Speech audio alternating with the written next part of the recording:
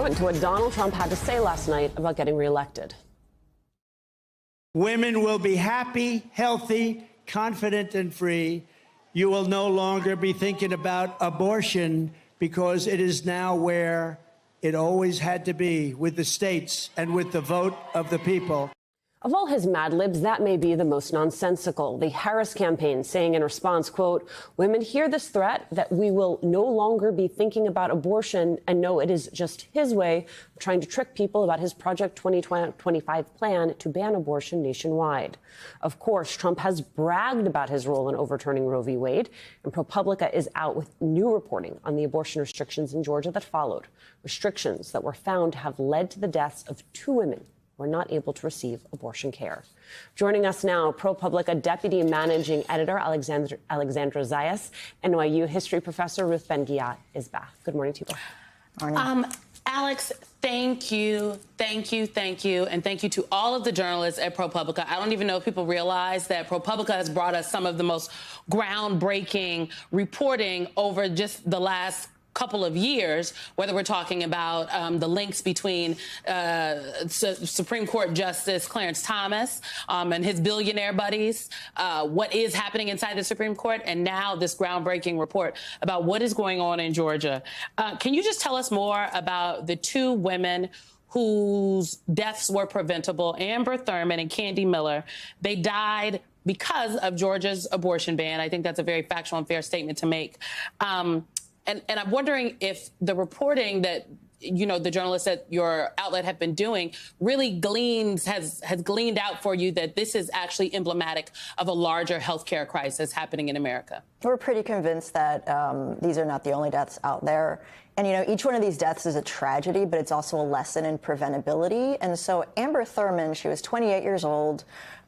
She took some abortion pills and had a rare complication, which is that she did not fully expel the fetal tissue. And she did what she was supposed to do, which is that she sought care from a hospital. And what we understand from records is that they did not provide the procedure she needed. She needed a DNC to clear what had become a grave infection. She had sepsis.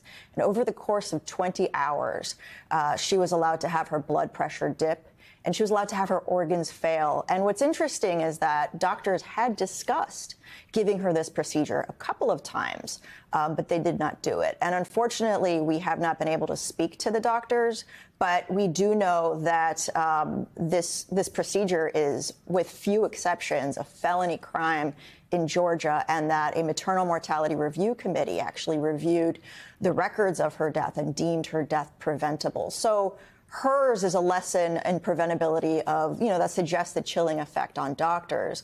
Then we have Candy Miller, who was 41 years old, also took the abortion pill, did not expel the fetal tissue, and she suffered at home.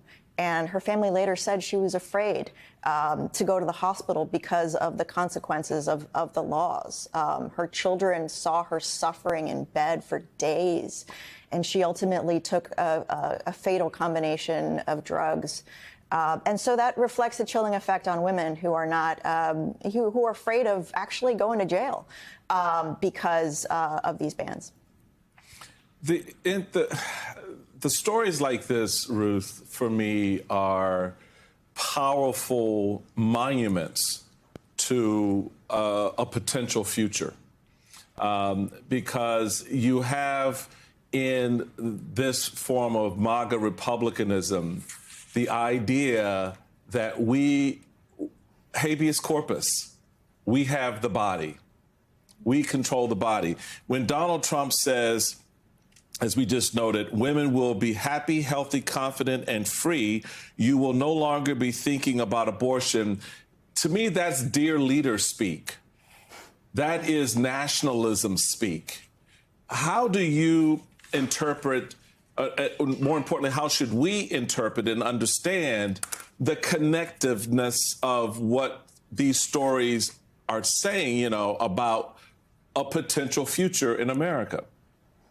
Yeah, I'm so glad that you're phrasing it this way, because it sends a chill down my spine when Donald Trump says women won't have to think about abortion anymore, because he also said something similar about voting.